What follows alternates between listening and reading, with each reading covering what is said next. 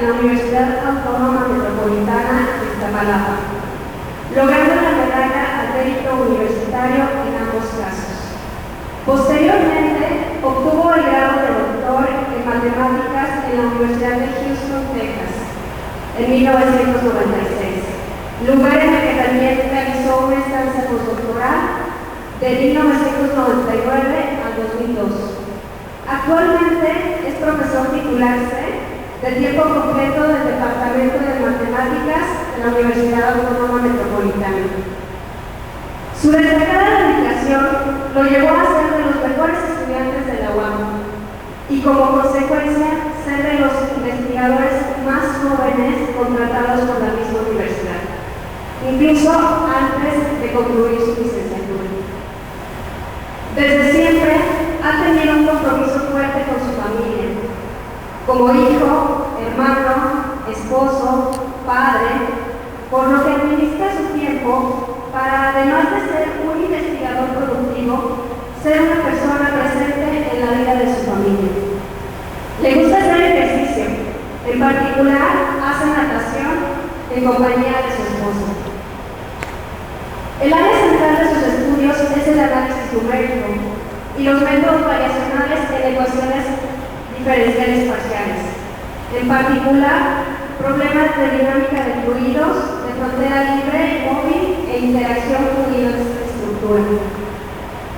Su incansable interés por aprender de nuevos temas lo ha llevado más recientemente a realizar investigación en optimización, problemas inversos y control óptimo en problemas modelados por ecuaciones diferenciales parciales, así como en problemas de flujo en redes, particularmente tráfico y tránsito en redes de transporte.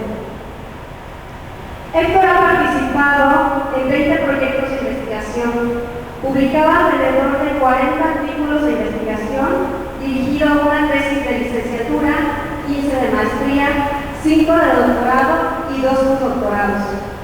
Actualmente es investigador nacional nivel 2.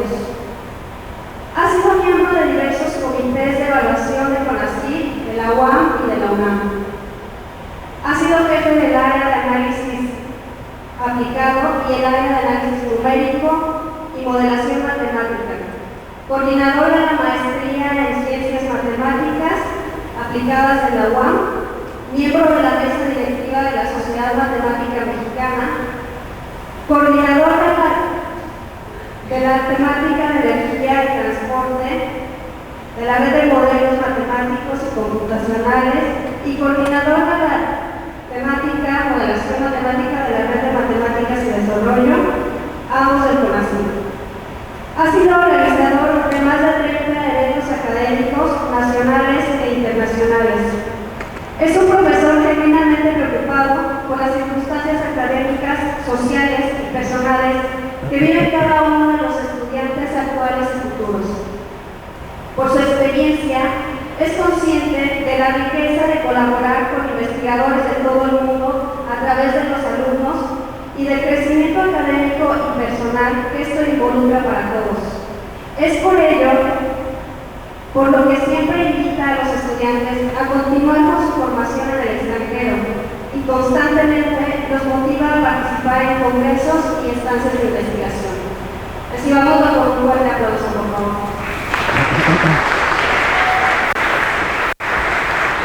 Gracias, Victoria. Sí, buenas tardes a todos. Bueno, les agradezco su presencia en esta charla. Antes de comenzar, pues quiero agradecer al comité organizador y en particular a Yasmín Ríos, por esta invitación. Bueno, pues yo les voy a hablar acerca de lo que se menciona en el título. En realidad, este tema de problemas inversos y control con ecuaciones diferenciales, pues alrededor de 8 o 10 años por ahí. Y esta conexión de redes de transporte también viene por la misma época, aunque esa conexión.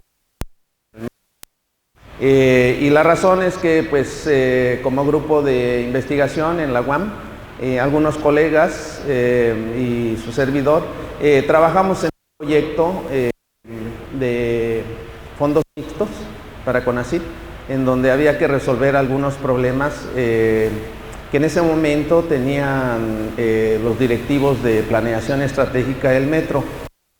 De ahí vino el y bueno, pues lo que yo les voy a decir a grosso modo es una experiencia en donde aplicamos cierto conocimiento en medios continuos que son modelados por ecuaciones diferenciales parciales a problemas que son modelados en forma discreta.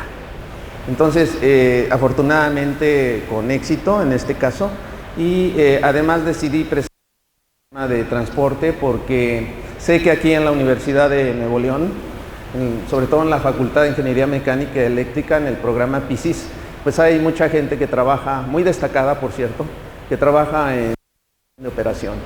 Entonces, bueno, me pareció que era adecuado hablar acerca de esto. Entonces, bueno, pues empezamos con el tema. Miren, lo que voy a hacer primero es explicarles lo que es un problema inverso o lo que es un problema mal planteado en dimensión finita. Porque es más fácil y ya después pues me voy a meter al tema en sí. Entonces primero pues les voy aquí a presentar lo que es un problema en dimensión finita. Si nosotros tenemos una matriz, se puede ver como una transformación entre espacios de dimensión finita. Entonces aquí hay dos problemas, lo que se llama el problema directo, que no es más que evaluar esa transformación en puntos dados. Entonces simplemente se trata del problema de multiplicar una matriz por un vector. Eso es muy simple y siempre se puede hacer. Y además, dado un vector X, la imagen bajo esa transformación es única, ¿verdad? Y en el caso del problema inverso es un poco más difícil. El problema inverso es, tú tienes datos o tienes el efecto de un fenómeno y entonces tú quieres encontrar cuál es la fuente o lo que origina ese efecto que tú estás midiendo. Entonces, en este caso es, dado un vector B, encontrar el vector X que hace que AX sea igual a B. Entonces, eso nos lleva a resolver un sistema de ecuaciones. Ese problema es un problema más difícil. Y no pasa lo que en el primer problema, ¿verdad? Nosotros puede que incluso no exista solución de ese problema. Y si existe, la solución puede que no sea única. Bueno, pues eso se indica aquí en estos dos párrafos, ¿verdad? Pero desde el punto de vista numérico, que es otro ambiente, ¿verdad? En análisis numérico o en cómputo científico no es suficiente con existencia y unicidad para poder tener, más bien para tener éxito en la solución de problemas. Se requiere también el concepto de estabilidad, que en este caso pues es el último aquí. ¿Qué quiere decir que el problema no sea estable? Que si nosotros perturbamos los datos, entonces la solución ya no va a ser cercana a la solución original. Ese es esto. Es decir, el problema es sensitivo a la perturbación de datos. Entonces puede que terminemos con algo que no tiene nada que ver con el problema original. Entonces,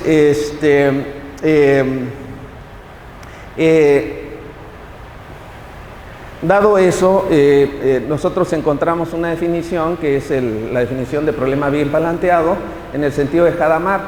Y Hadamard en su momento mencionó que un problema es bien planteado si el problema tiene solución, la solución es única y si es continua respecto a los datos, ¿verdad? Eso entonces asegura, por ejemplo, en el problema en dimensión finita, que la transformación es biyectiva y tiene inversa continua desde el punto de vista matemático. Lo que nosotros ahora, con la experiencia que hemos adquirido, es que vemos que realmente en los programas de matemáticas nos enseñan bastantes técnicas de cómo resolver problemas directos.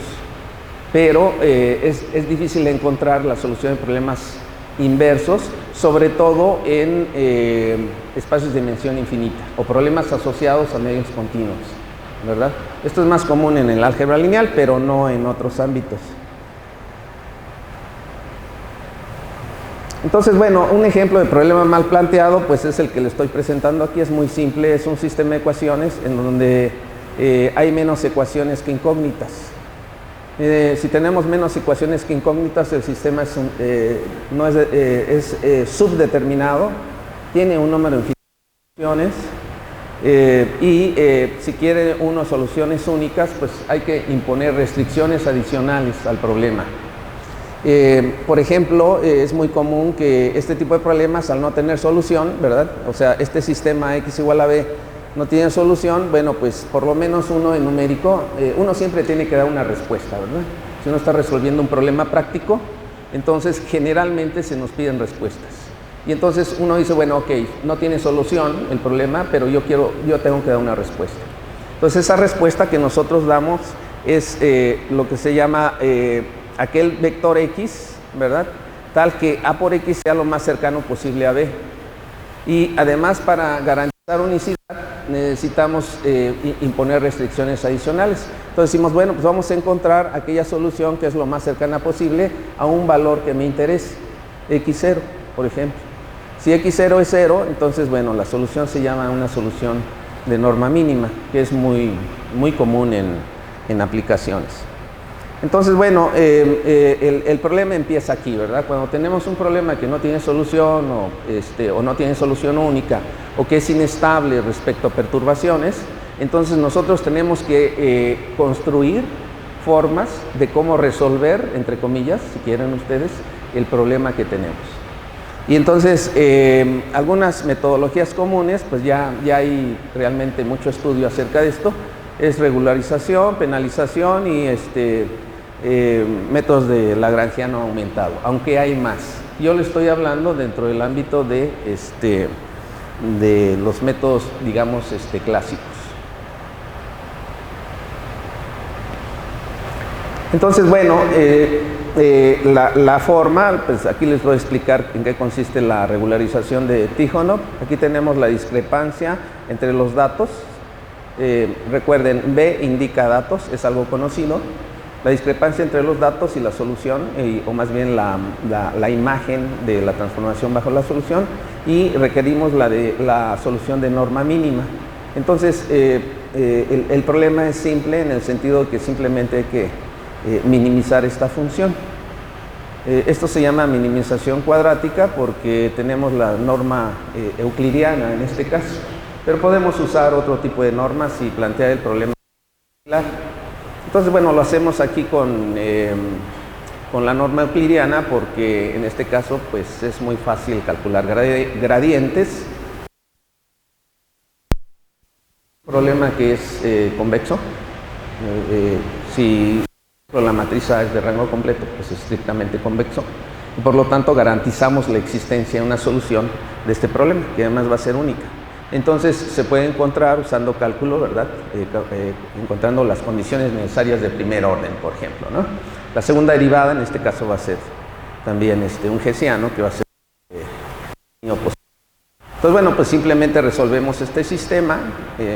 A ese sistema se le llaman las ecuaciones normales y pues la solución es la que se muestra aquí. Es única si alfa, que es un parámetro ahí de regularización pequeño, es mayor que 0. Esta matriz es invertible siempre. Y además, la solución del problema original, realmente, de las ecuaciones normales, cuando alfa es igual a 0, suponemos aquí alfa igual a 0, entonces minimizamos esta discrepancia. Si hacemos tender este parámetro a 0, entonces vamos a converger a una solución de este sistema de ecuaciones sin la alfa. Son las ecuaciones normales sin regularizar. Entonces,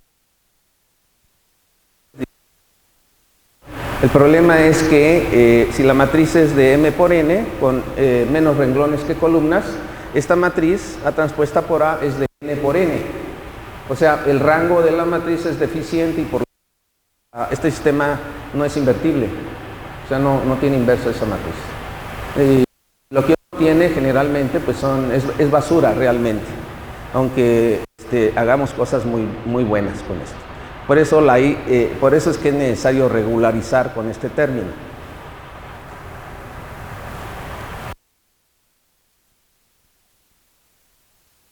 3.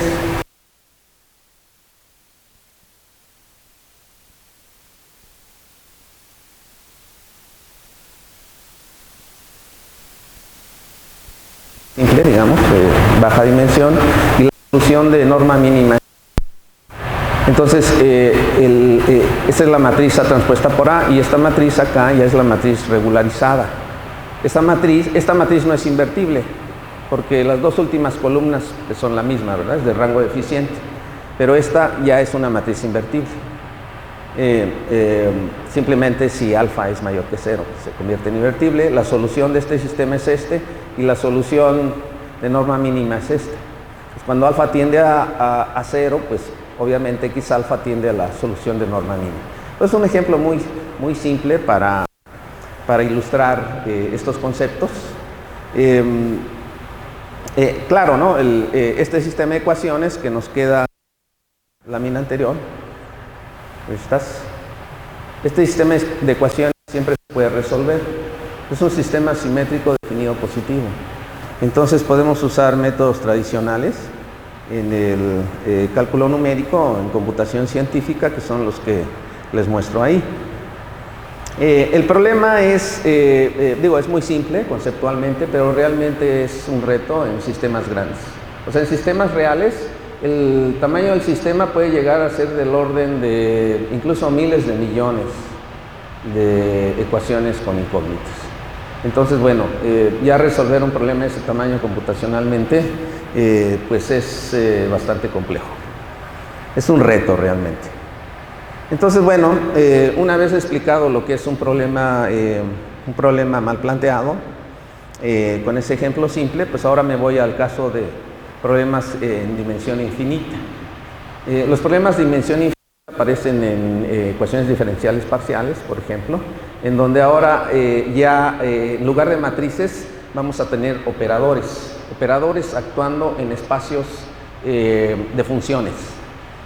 Generalmente se busca que estos espacios de funciones sean espacios de Hilbert.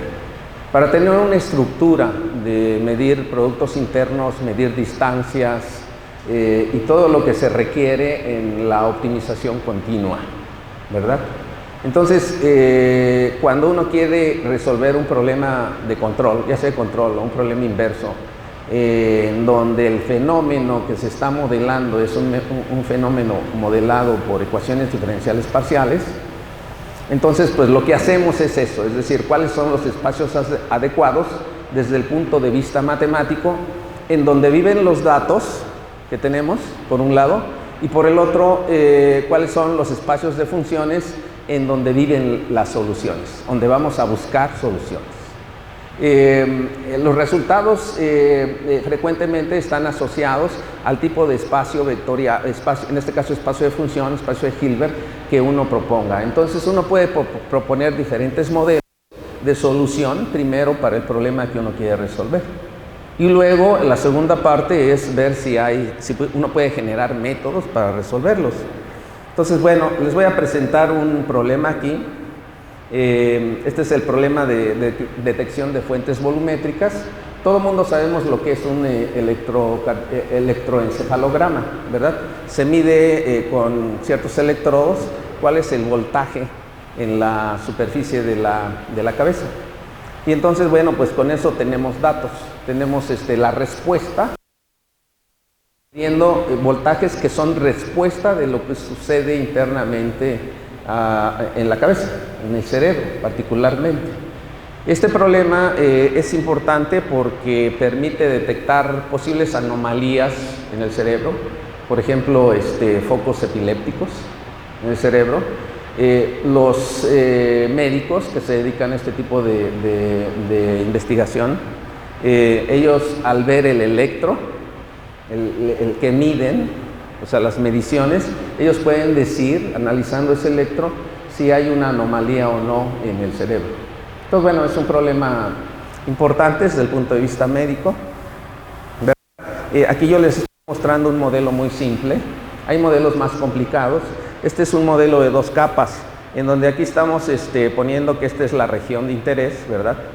Esta región de interés yo le llamo omega grande, y está dividida en dos regiones, una región omega pequeña y el complemento.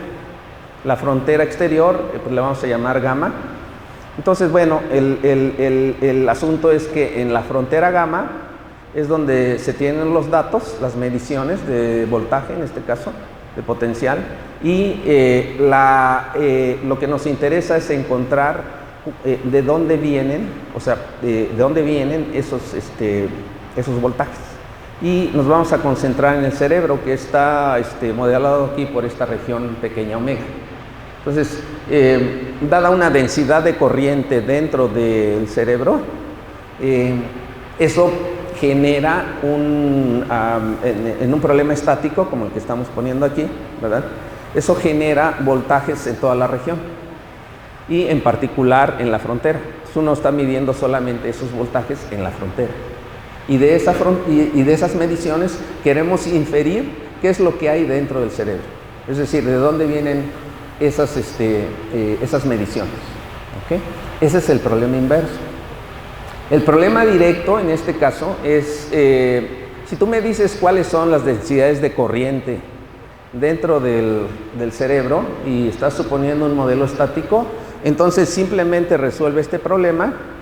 O sea, me están diciendo cómo son estas fuentes en la parte interior del cerebro, y entonces resuelve este problema y tendrás los voltajes. Ese es el problema directo. Entonces, para este modelo consiste en resolver algo que es muy simple, para el cual hay métodos estándar muy eficientes.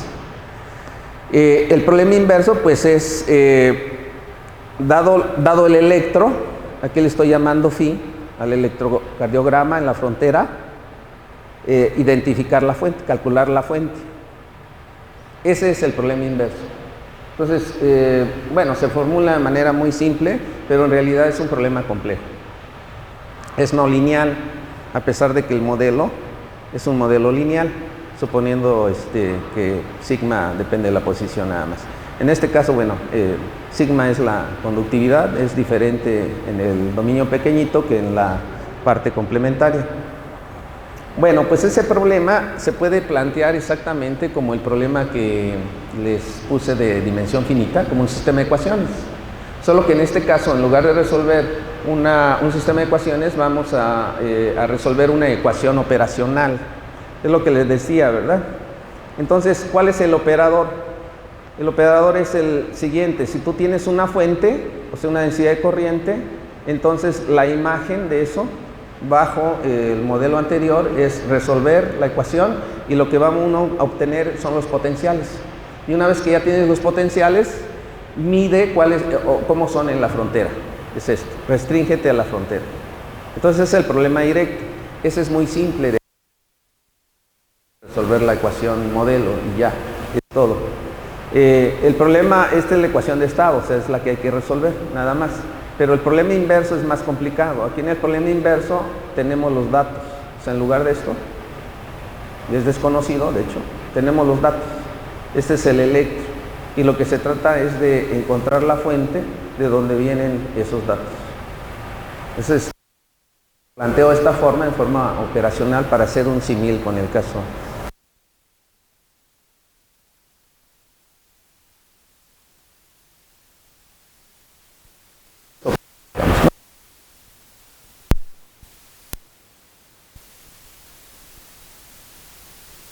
El problema desde un punto de vista matemático. Por ejemplo, aquí hicimos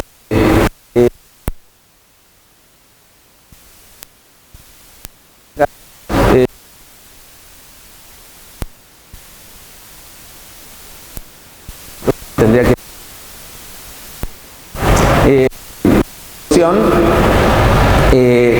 bueno, el problema es mal planteado porque tenemos esta ecuación con dos condiciones de frontera. Una condición que me dice que no hay corriente hacia el exterior de la cabeza, ¿verdad?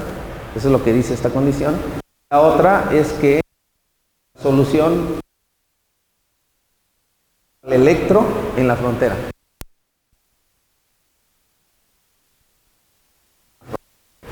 Entonces,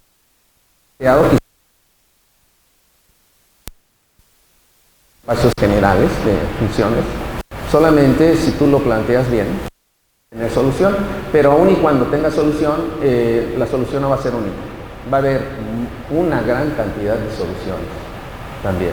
Entonces uno tiene que discriminar y decir, ok, a mí me interesa una de esas posibles soluciones. Entonces, por ejemplo, el operador A, que estamos definiendo aquí, es un operador compacto. Un operador compacto es el que transforma conjuntos acotados en precompactos, o sea, matemáticamente, en el análisis. Y se conoce muy bien que los operadores compactos no tienen inversas continuas, a menos de que el espacio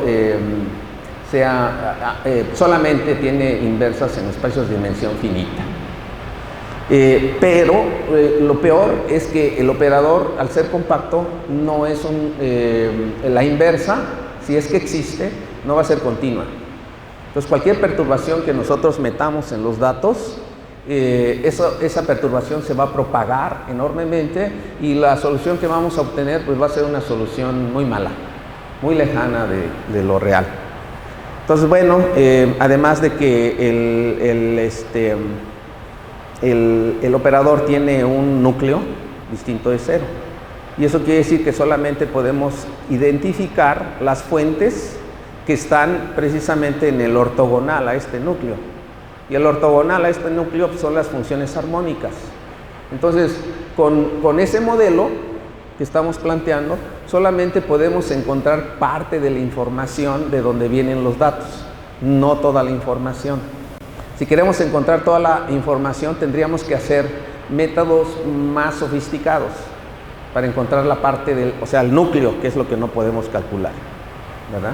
Tendríamos que trabajar con el problema biarmónico en ese caso. Bueno, entonces el marco infinito dimensional pues es similar al marco de solución de ecuaciones lineales, solo que en este caso pues son ecuaciones ya operacionales, ¿verdad? Espacios de funciones. Entonces es lo mismo, conceptualmente hablando, aunque bueno, esto es mucho más difícil, ¿no? Se formula la discrepancia entre los datos y lo que se quiere calcular, se regulariza y se obtiene otra vez esta derivada, pues ya es una derivada, pero en espacios de funciones. Pues aquí para calcular, por ejemplo, estas derivadas, ese es un problema que no es trivial. Hay que hacer análisis variacional para poder calcular. Lo muestro porque pues, no me quiero extender, ¿verdad? Pero en dimensión infinita, ¿verdad? Y bueno, se puede derivada y encontrar soluciones de alguna forma. Pero bueno, los mejores métodos en medios continuos son métodos iterativos, más que métodos directos. Entonces, bueno, lo que se trata es de minimizar funcionales con métodos iterativos.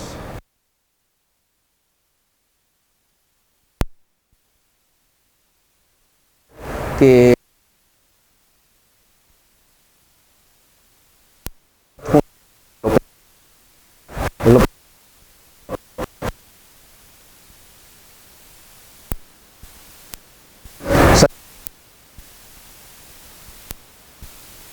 por ejemplo, matriz le llaman, ¿no?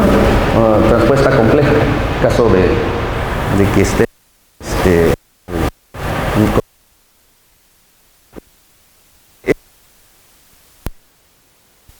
muestra aquí.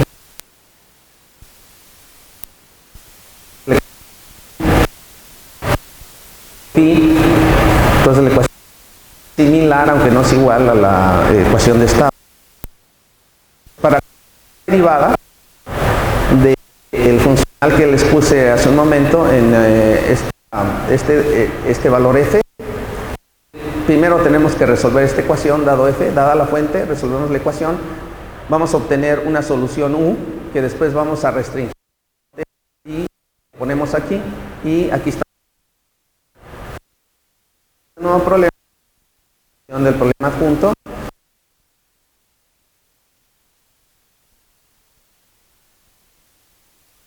Proyectado al conjunto de funciones armónicas. ¿Por qué? Pues porque no podemos calcular las funciones en el núcleo. Entonces, este paso, aunque aquí se menciona muy fácilmente, es un problema complicado ya de por sí. Proyectar funciones o proyectar sobre espacios infinitodimensionales, pues es un poquito ya más complejo. Hay que hacer análisis y programar esas cosas computacionalmente y es bastante trabajo realmente. Ok, entonces los métodos que se pueden usar, como les digo, son métodos iterativos. Los métodos iterativos consisten básicamente en lo que uno aprende bueno, no sé si ustedes o algunos de ustedes han leído acerca del método de descenso máximo. Si ustedes tienen una función cuadrática, es como una parábola, ¿no? La gráfica. Y el mínimo, pues está en el vértice de la parábola.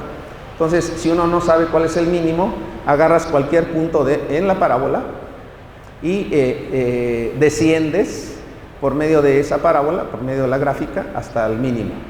Entonces, para descender tienes que escoger siempre una dirección en la cual vas a descender y el otro parámetro es cuánto vas a moverte en esa dirección. Y así te vas a ir por pasos sucesivos, ¿verdad? Primero, en cada estado, en cada paso, voy a decir en qué dirección me voy a mover y segundo, cuánto me voy a mover. Y eventualmente si tu problema es convexo, un problema de optimización convexa, pues eventualmente vas a llegar al mínimo. Bueno, pero eso no es suficiente, ¿verdad? En cómputo científico también hay que diseñar métodos que sean eficientes, o sea, que realmente la computadora me dé una respuesta en forma, pues, lo más rápido posible, ¿verdad? Que se pueda hacer. Entonces, bueno, pues aquí los métodos de descenso son los que se utilizan. Claro, hay métodos todavía un poquito más complicados, como son los de Lagrangiano. No me voy a meter en detalles, simplemente es expresar la idea. Estos son, por ejemplo, para el problema del electro, soluciones de problemas ahí sintéticos, ¿verdad? La comparación entre la exacta y la calculada. Aquí se ve pues cómo son los voltajes en la parte exterior a la cabeza, o más bien en la frontera, y pues el ruido, ¿verdad?, que se genera por errores de medición, aunque en este caso está controlado por los métodos que se están usando. Pues bueno, pues estos son resultados para fuentes corticales, que pues inciden más digamos, en el cráneo, ¿verdad? Y la comparación con los métodos que les presenté bueno, esta es realmente la fuente exacta, es la de azul, y la fuente, son datos exactos y datos con ruido en rojo. Y en el lado derecho están superpuestas la solución exacta y la solución aproximada. Realmente no se ve diferencia entre la solución exacta y la solución aproximada, ¿verdad? Tenemos potenciales exactos con ruido y aquí es la fuente numérica y la exacta. Entonces, bueno, pues son métodos realmente buenos, ¿verdad? O resultó más bien bueno el método que se propone y el planteamiento. Entonces, bueno, ese tipo de cosas las hemos trabajado más o menos de manera sistemática en otros problemas. Y la anécdota aquí es que cuando nosotros terminamos con el proyecto del metro, fue más o menos por allá por el cambio cuando salió Ebrard de la jefatura del gobierno del DF y entró Mancera. Entonces, en esa época, bueno, aquí está Joaquín, él fue realmente el colega que dirigió el proyecto dentro de la UAM. Cuando entró Mancera, hubo un cambio de directivos en el metro. Los directivos que estaban en la época, por lo menos al final de la época de Ebrard, desde mi punto de vista eran muy buenos, eran ingenieros del Poli, pero tenían una gran cantidad de ideas que realmente daba gusto asistir a sus reuniones de ellos, ¿no? Eran gente realmente excelente. El sexo realmente no estaban interesados en la vinculación de ciencia con problemas del Distrito Federal, en particular del metro, ¿verdad? Pero bueno, después sucedió que se me apareció Victoria, que me presentó hace un momento, ¿verdad? Y dice, yo quiero seguir trabajando en ese tema. Le digo, pero pues ya, ahorita ya no tenemos proyecto ni nada. Y bueno, pues ella quiso platicar, entonces me metió en un predicamento. Entonces, el punto es el siguiente, el proyecto tiene realmente muchas aristas, y una de las cosas que nosotros nos dimos cuenta es que la gente del metro no tenía la demanda actualizada, que es un dato muy importante para hacer simulación y tener buenos modelos de transporte público. En este caso es transporte público, o sea, no particulares, sino son el metro, las peceras, camiones, todo eso. Entonces, es el problema de transporte público el que le interesa al metro, porque quiere ver efectos globales. O sea, ellos para hacer planeación no solamente tienen que ver con problemas internos del metro, sino también tienen que ver el efecto global del transporte, ¿verdad? ¿Qué pasa si se cierra una línea por contingencia? Como ha ocurrido, ¿no? Que se avienta alguien por ahí, pues tienen que parar el sistema, por lo menos algunas estaciones, ¿no?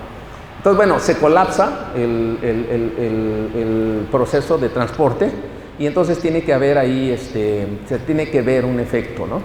Y esos efectos son importantes para solucionar problemas. Entonces, si uno no tiene buenos datos, en particular si uno no tiene una buena demanda, una buena estimación de la demanda de transporte en un momento determinado, pues aunque tu modelo sea muy bueno, no vas a obtener buenos resultados. Y era lo que pasaba con el metro, no tenían la demanda que tenían era del 2007, actualizada creo al 2010, con métodos así muy digamos, muy simples. Entonces nos dimos cuenta que esa era una falla, y entonces en ese problema empezó a trabajar Victoria en su proyecto doctoral. Y dijimos, bueno, pues vamos a ver qué podemos hacer para estimar una mejor demanda. Tenemos demanda vieja, o sea, sabemos cuál es la demanda en años anteriores. No ha habido un censo, creo que hubo un censo hace 2 años, ¿no?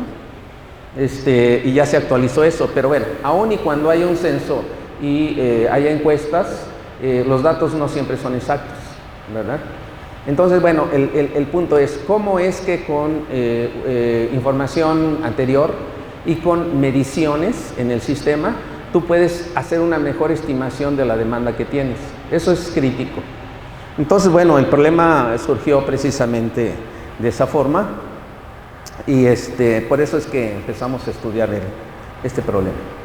Y bueno, aquí les muestro una gráfica de Victoria. Ella presentó, por cierto, una plática de esto en la sesión de análisis numérico y optimización, el lunes, ¿verdad?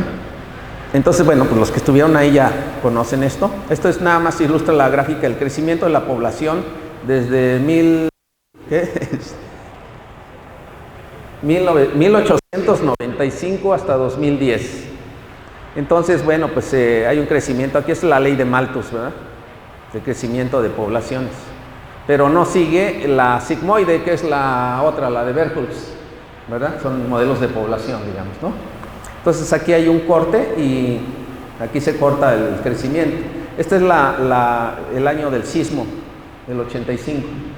Entonces, en lugar de seguir aumentando, disminuyó aquí un poquito. Y ya se mantuvo más o menos constante alrededor de 9 millones en la Ciudad de México. En el área metropolitana es más grande todavía. Aquí se muestra, ¿verdad? Entonces, bueno, la forma de modelar este tipo de problemas, primero, pues es tener la red de transporte.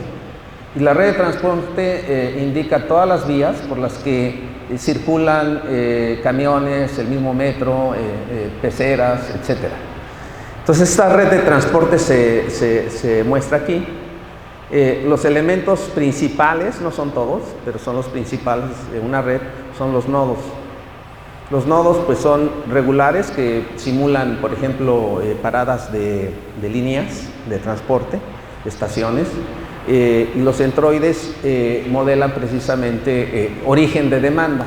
O sea, los centroides aquí se ven como nodos, pero modelan regiones, por ejemplo, una colonia. O sea, se considera que una colonia genera demanda porque pues, la gente toma medio de transporte, ¿verdad? Y te vas a mover de una región a otra siempre. Entonces tienes que tomar decisiones y decir, ok, yo me voy a ir de mi casa a la universidad, por ejemplo, tomando este transporte. A lo mejor uno ya tiene una ruta común que seguir, pero en ocasiones hay imprevistos, ¿verdad? Y uno dice, tiene que tener opciones. Ah, dice, no, pues ahora no funciona esta línea, entonces me voy a ir de esta otra manera, ¿no? Uno siempre diseña sus rutas, ¿verdad? Para viajar en transporte público. Entonces, bueno, es decir, ¿cuánta gente va a salir de una región para llegar a sus diferentes destinos y luego distribuir esa demanda? Pues es un problema complicado. Entonces, aquí se muestra lo que es la matriz. La demanda se representa por medio de una matriz que se llama matriz origen-destino. Esta matriz, este dibujito también es de Victoria, indica una red con 4 centroides, 1, 2, 3, 4. No veo bien, pero bueno, son 4 nodos. Y bueno, hay diferentes paradas, ¿no? Aquí los otros números son los regulares. Entonces, aquí en esta matriz, por ejemplo, el 5 es la entrada 2, 3. Eso me dice cuánta, a ver, es la 2, 3, sí. Me dice que en el centroide 2 salen 5 personas a los otros centroides.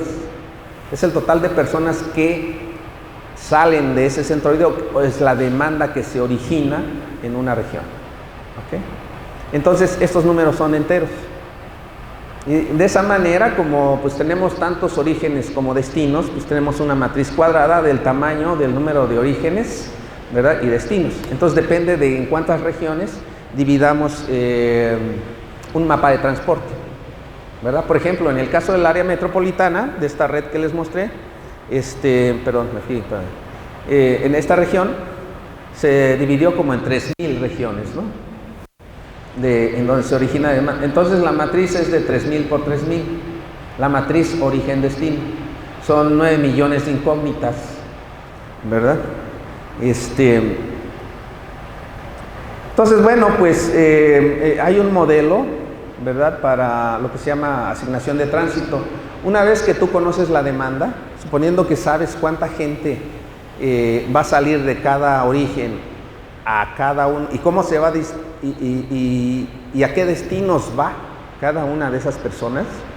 Una vez que conoces eso, la matriz origen-destino, entonces el siguiente problema es tener un modelo que te diga cómo toda esa gente se distribuye en la red para llegar a sus destinos, porque no hay una forma única de ir de un origen a un destino, hay muchísimas, ¿sí? Hay diferentes opciones. Entonces, a eso se le llama un modelo de asignación. Por ejemplo, si de un origen salen 100 personas, y van a diferentes lugares, bueno, pues una cantidad determinada se va por una cierta ruta, otra por otra toma otro medio de transporte. Entonces, asignar el número de personas que van por las diferentes opciones, a eso se le llama asignación de tránsito. ¿Ok? Entonces, hay que tener un modelo para eso. Pueden ser lineal, no lineal, etcétera, pero son modelos de elección de ruta. Pues aquí les muestro yo simplemente un dibujito con un origen y un solo destino, fíjense, solamente un origen y un destino, y hay 4 líneas con diferentes colores, línea 1, 2, 3, 4, y aquí hay diferentes paradas intermedias, A y B. Una línea, la azul por ejemplo, no tiene paradas, va directamente del origen al destino, otras sí tienen, ¿verdad? Entonces ahí, simplemente con este modelito sencillo de un solo origen y un solo destino y 4 líneas con 2 paradas intermedias, algunas de ellas, hay al menos 75 formas diferentes de transportarse del origen al destino. Entonces, si uno hace crecer esta red con diferentes orígenes de destinos, pues ustedes se imaginarán el tamaño de posibilidades que hay para ir de cualquier origen a otro destino. Entonces, bueno, el modelo, estas son algunas de las formas, ¿verdad? Entonces, el problema, pues simplemente se modela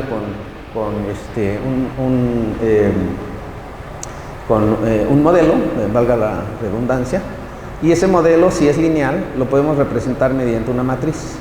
Esta es la demanda, esta es la incógnita, la demanda. Recuerden, la demanda es una matriz, pero aquí ya la estamos considerando, a esta matriz, la estamos considerando como un vector.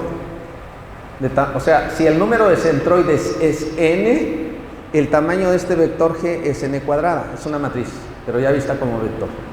Y el tamaño de esta matriz P grandota es n a la cuarta, o sea, es 9 millones al cuadrado, esta matriz P que está aquí. Y estos son los volúmenes, es decir, cuánta gente va de cada, o más bien viaja, ¿verdad?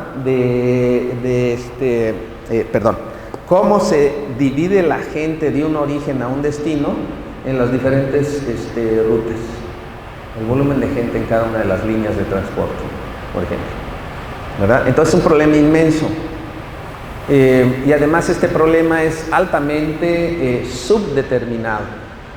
O sea, el número de incógnitas aquí es G, ¿verdad? Y el número de datos es muy grande, G.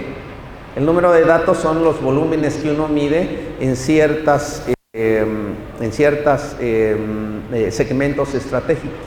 Por ejemplo, uno puede medir las líneas del metro, cuánta gente viaja en un momento dado o en un intervalo de tiempo. Si tienes esos datos, si tienes promedios, entonces, bueno, pues son unos poquitos de los segmentos de toda la red.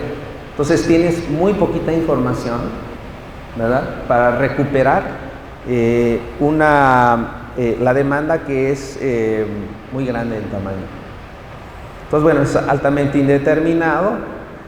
Lo que hacemos pues es precisamente formular el problema como lo hicimos con el caso anterior, ¿verdad?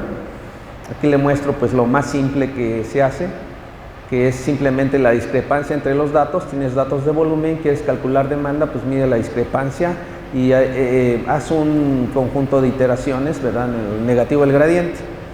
Bueno, se supone que este algoritmo está programado en uno de los programas más buenos actualmente, o más populares, digamos, que modelan precisamente transporte, que es un software canadiense.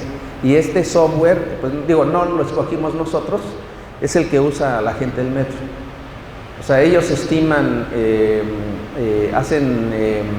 suponen que conocen la demanda y hacen asignación para ver cuáles son los flujos de gente en las diferentes líneas. Y el software que ellos utilizan es precisamente M de Inro, la compañía Inro. Y el método que ellos usan para estimar demanda, pues es este método muy simple. Y pues se supone que es de los más eficientes y rápidos. Pero bueno, entonces nosotros empezamos a partir de eso y dijimos, bueno, vamos a ver cómo aplican los métodos que nosotros conocemos para resolver el mismo problema. Todo lo que hicimos pues fue otra vez plantear nuestro problema de optimización con una función de costo. Demostramos pues siempre ciertas cuestiones de existencia, unicidad, ¿verdad?, y convergencia de las soluciones. Esta es la comparación de los diferentes funciones de costo. Esta es la que nosotros usamos. Esta es la original de 89 y 2009, pues Noriega y Florian, que son de la misma compañía, ¿verdad?, a la que pertenecía también SPIS, mejoraron un poquito el modelo como un promedio ponderado, aquí entre volúmenes y demanda, ¿verdad? En realidad estos dos son equivalentes, estos dos modelos. La relación entre esta constante K y la alfa que ponen ahí de ponderación, pues viene dada por esta relación. La ventaja es que este método de penalización que nosotros usamos nos permite hacer análisis y generar algoritmos pues un poquito más, en forma más simple, digamos, ¿no? Entonces, bueno, pues aquí están los diferentes algoritmos: descenso máximo, método multiplicativo de descenso y de gradiente conjugado. En realidad, esto fue de Victoria. Y bueno, pues las cosas salieron muy bien. El problema con estos métodos multiplicativos es que dan resultados desviados, porque estamos forzando a que, sin meter ninguna condición adicional, como la demanda es positiva, o más bien es no negativa, puede ser que de un origen a un destino no haya demanda, en ese caso es cero, ¿verdad? Este tipo de cosas sin restricciones adicionales nos pueden generar valores negativos de demanda. Entonces uno tiene que hacer algo para evitar eso. Y lo que hizo Spies en su algoritmo, pues es hacerlo de manera muy simple. Nomás que creo que ya me pasó. Sí, lo que hizo Spies, que es el que usa INRO, es simplemente, en lugar de usar esto, multiplicó por por la demanda en la iteración el gradiente. O sea, multiplicar por esta cantidad por esto, y me da esto. Entonces es algo muy artificial, simplemente para evitar cero, para evitar obtener valores negativos. Entonces eso fue era muy artificial, pues sí, da buenos resultados, ¿verdad? Pero no muy buenos. Pues aquí están aquí en rojo, este es un zoom de esta región, para que se vea un poquito más, menos denso, digamos, esta región. Este es un zoom. Entonces lo que se encuentra en rojo ahí son arcos en donde se supone que se pueden medir volúmenes de gente que viaja en las diferentes líneas. Y entonces el número de nodos regulares, el número de centroides es 1700, pares OD son como, en este caso sí son casi 3 millones, ¿verdad? Etcétera. Entonces son datos ahí generales en donde se aplican los modelos anteriores, ¿verdad? El modelo que usa INRO es este. Aquí lo más importante, miren, estos son errores de desviación de demanda y desviación de volumen, errores cuadráticos medios, y este es el número de iteraciones del algoritmo. Si se usa el número de iteraciones 47, este es el que usa INRO, y se usa gradiente conjugado, el número de iteraciones es 30, y el tiempo de cómputo baja de 23 a 5 punto y algo, y así en todos los demás. Entonces la mejora es bastante, no sé, en este caso es del orden de 5 por 5, 5 por 4, 4 y 5, ¿verdad? Es la mejor. Simplemente con cambiar de método. Entonces, pero como el problema seguía siendo bastante grande, lo que hicimos es reducción del modelo, ¿verdad? Esa matriz enorme que tenemos en el problema que hay que resolver, tiene muchos ceros. O sea, hay muchos centroides donde no se origina demanda para todos los demás, ¿verdad? Más bien para algunos. Entonces eso da origen a ceros y eso ya se sabe. Esa matriz, quitando todos los ceros,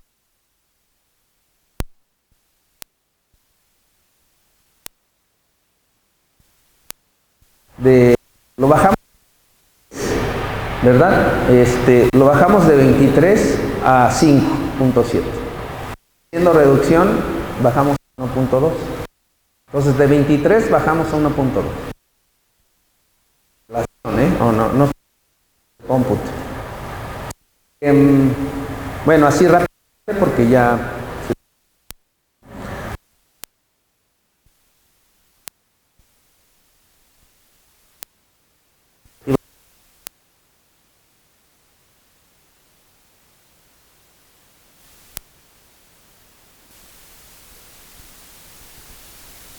metiendo la restricción de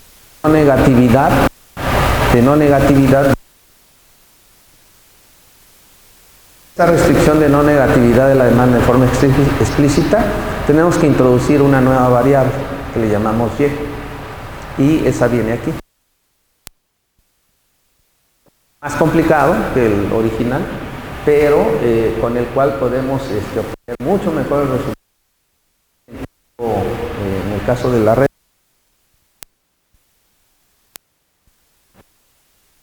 Entonces, bueno, esto es matemático y el algoritmo numérico consumir más tiempo.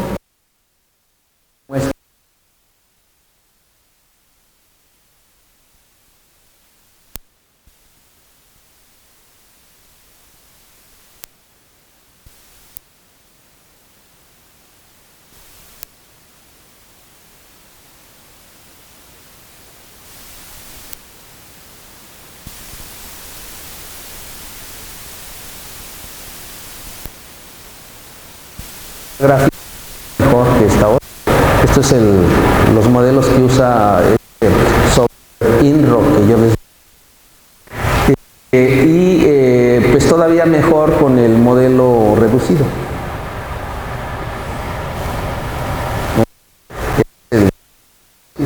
Entonces logramos bajar el CPU a 0.8, de 23 segundos a 0.8 con modelación nada más. O sea, haciendo un esfuerzo por obtener un mejor modelo y métodos y algoritmos, ¿no? Pues bueno, el modelo se puede seguir generalizando, se puede incorporar más información, o sea, también es flexible en ese sentido. Si uno tiene más información de la red, se puede incorporar ahí y obtener mejores, o sea, resultados más precisos, ¿no? Pero yo creo que en algún punto ya no es necesario meter tanta sofisticación porque siempre hay errores en los datos. Entonces va a llegar un momento en que tu modelo puede ser muy bueno, pero los errores en los datos sobrepasan la precisión que te puede dar tu modelo, ¿verdad? Pues habría que hacer análisis estadístico, ¿verdad? En este tipo de problemas, y eso pues implica pues un trabajo todavía inmenso, ¿no? Todavía más complicado por la cantidad de cómputo que requieren los métodos estadísticos. Entonces, bueno, ahí lo dejo. Muchas gracias a todos ustedes.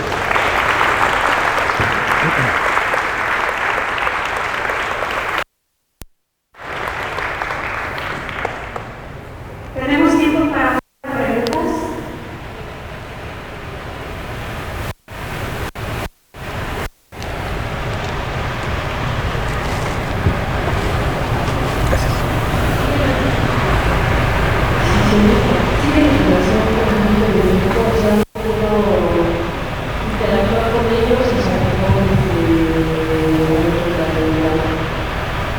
Sí, bueno, nosotros hicimos el intento.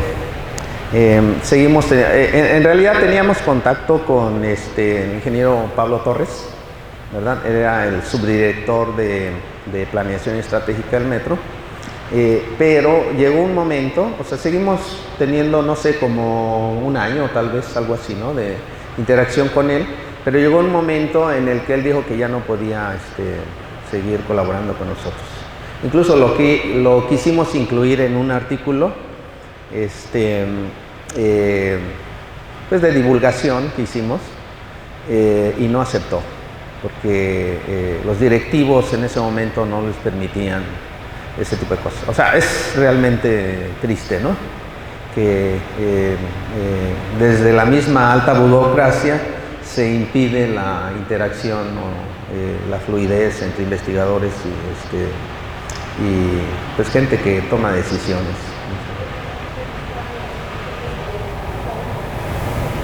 No.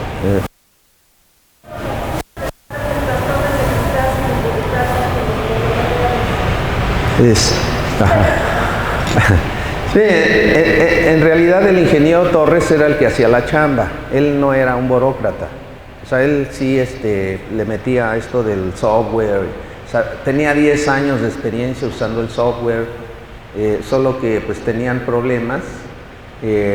No le salían las cosas acorde a los datos reales. Entonces, en la primera etapa lo que nosotros hicimos fue entender los modelos matemáticos y decirles dónde estaba la falla. La falla es que no estaban incluyendo dos aspectos importantes en los modelos, y uno de ellos era la congestión. O sea, cuando el sistema se congestiona, pues ya es otra cosa. Y la otra es que no estaban tomando en cuenta límites de capacidad en los vehículos de transporte. O sea, el número de gente que cabe, por ejemplo, en un vagón del metro no es ilimitado. Entonces, no estaban poniendo esas cosas y por eso no les salían. Entonces, bueno, pues ya les dijimos, se tiene que modificar esto, y bueno, al hacerse se funcionó. Pero ya después de eso, que empezamos a trabajar demanda, pues nosotros les dijimos, mira, nosotros ya estamos estudiando eso y queremos seguir colaborando porque ustedes tienen los datos. Pues sería bueno interactuar, ¿verdad? Para tener mejores cosas y que ustedes tengan mejores instrumentos que les sirvan para hacer planeación. Pero bueno, pues bueno, ya sabemos todos cómo es esto de la política, ¿no? Y los directivos, o sea, en realidad eran los altos mandos que cambiaron en el metro, no era la dirección de planeación estratégica, eran los mandos más arriba. ¿Alguna otra pregunta?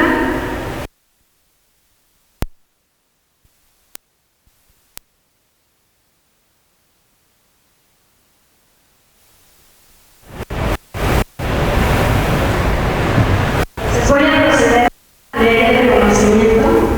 La Sociedad Matemática Mexicana otorga el presente reconocimiento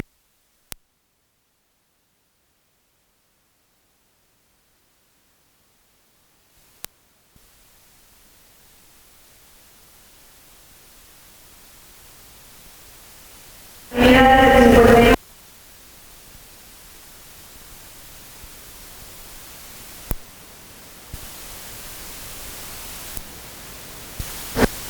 Gracias, Victoria. Todos ustedes. Un pequeño regalito. Gracias. Ya me